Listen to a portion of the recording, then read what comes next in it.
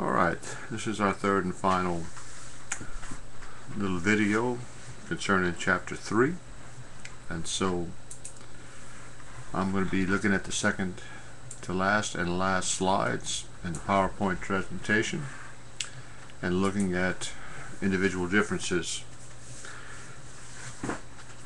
When you're dealing with individual differences on the part of students, their age is certainly an issue that must be dealt with.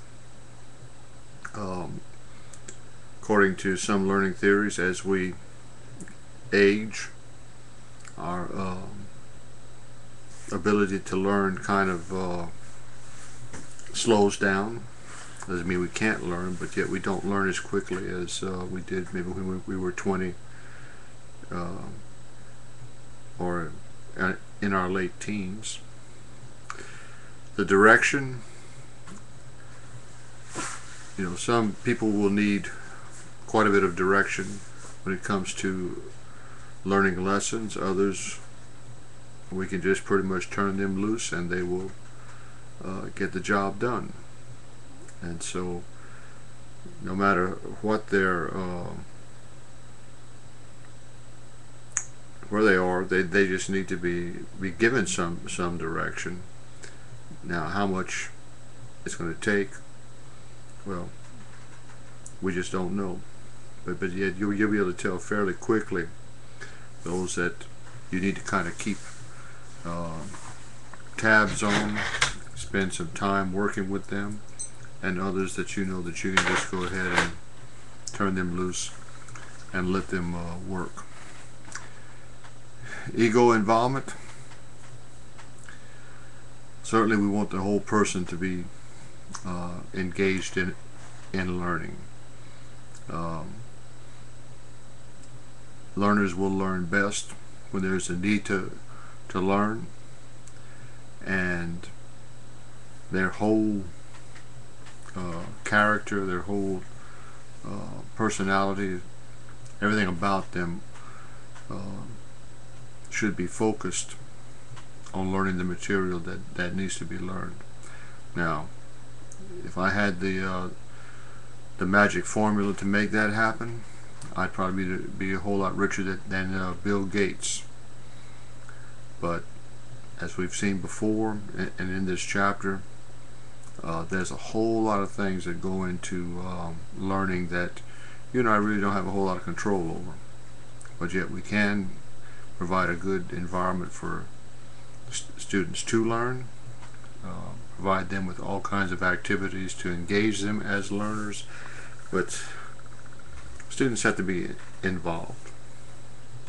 Their life experiences, you may have some older adults that come back to school and have a whole wealth of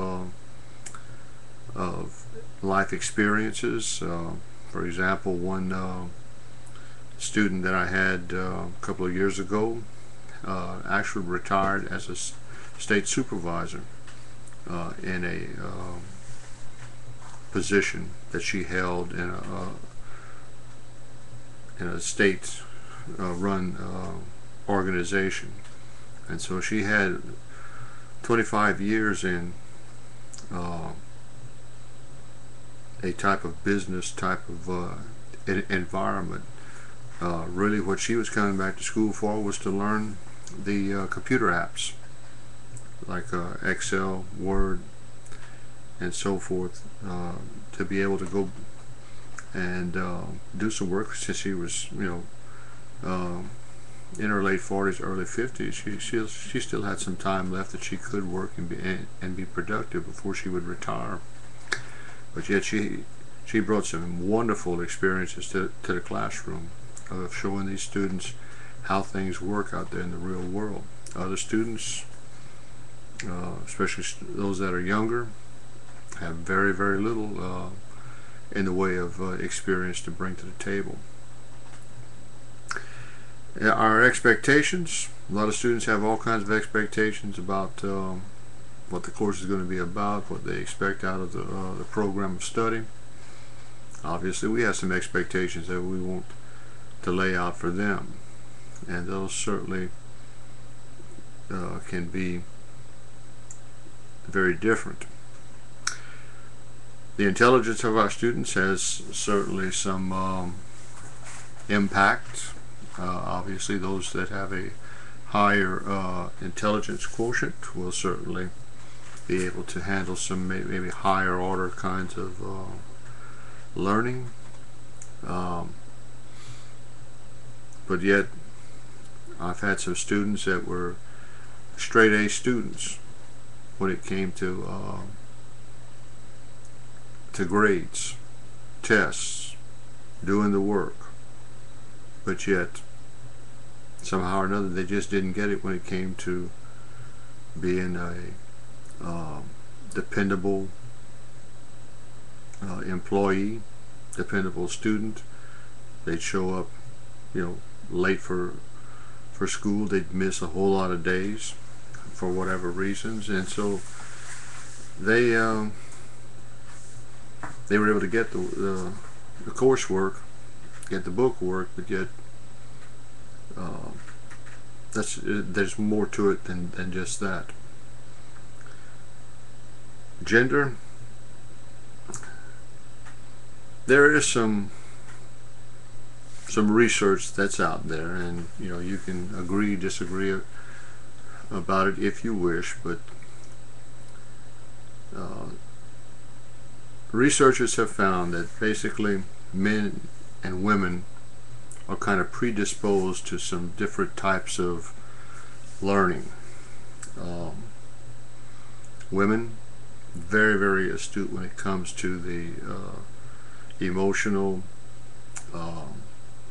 kinds of things around them. Men basically dealing with more analytical kinds of things. There's a real big controversy about how if boys learn math better than girls do.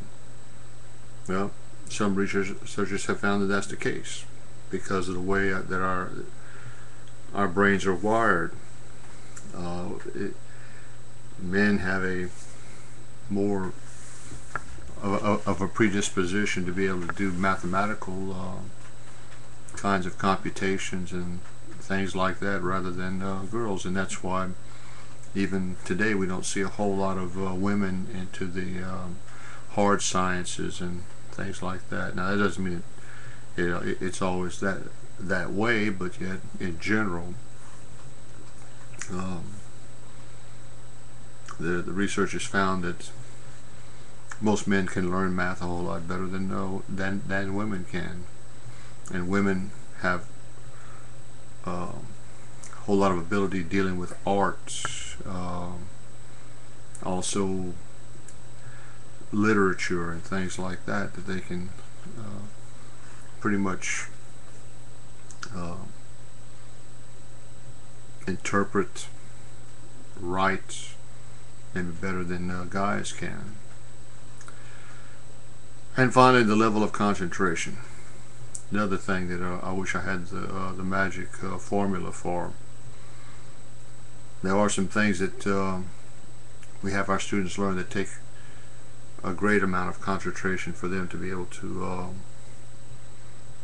and also awareness that they have to have in order to get some things done, like our truck driving program.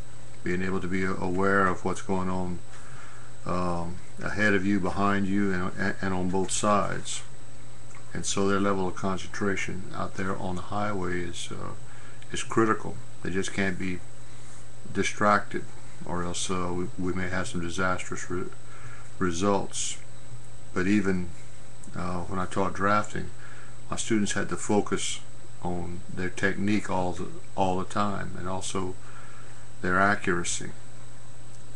And so every program has a level of concentration that every student needs to get, and so we need to stress that to them. And finally, students with disabilities. We have a whole lot of students that may be coming through our doors that have some kind of physical, mental, or emotional handicap, and we have to deal with it. We may have students that are deaf or have problems hearing, and so they may be able to overcome that situation with the use of a hearing aid. or something like that. We may have students that are blind.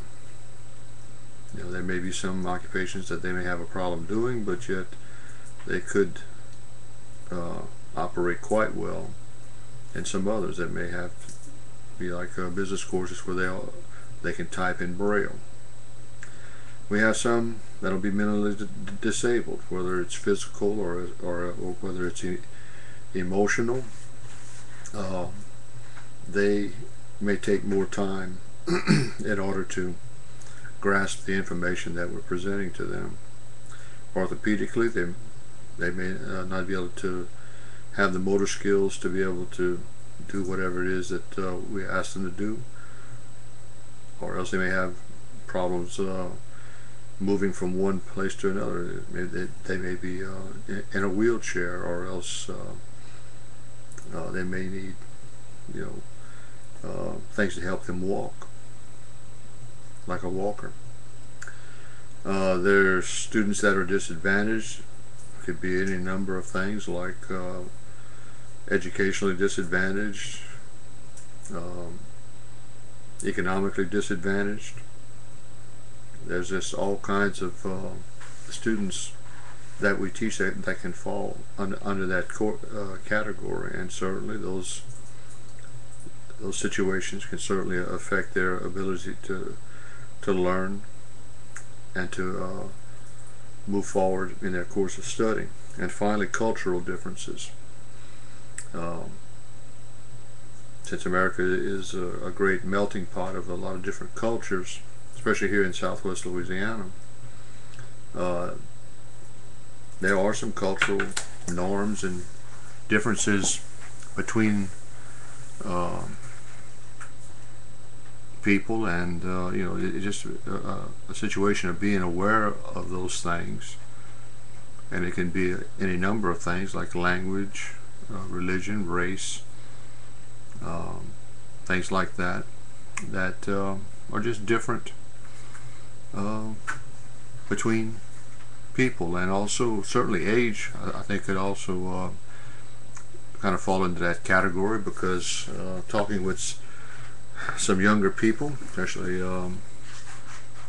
my high school and also recent high school graduates that are in my classes, it's like the older I get, the more gap there is between what I'm used to dealing with and what my students are talking about. And so there's I feel more and more disconnected from my students as I go on. And certainly they have a whole culture to themselves. And so that kind of wraps up this particular PowerPoint. I guess to kind of leave you all with some final words on this particular little lecture. Always keep in the forefront of your mind that you can have the greatest course, you can have the greatest content, but if your students can't learn it, and if it's not appropriate to the learning level of your students, it's not going to do you a whole lot of good. And so you and I always need to keep that right there in front of us, to always look at our curriculums and modify our teaching techniques, as we're going to be talking about later on, to engage our students in really good learning, and to utilize all of their senses in the learning process, or as many as we possibly can. And so that being said, I will go ahead and end this third lecture, and we will move on to chapter 4.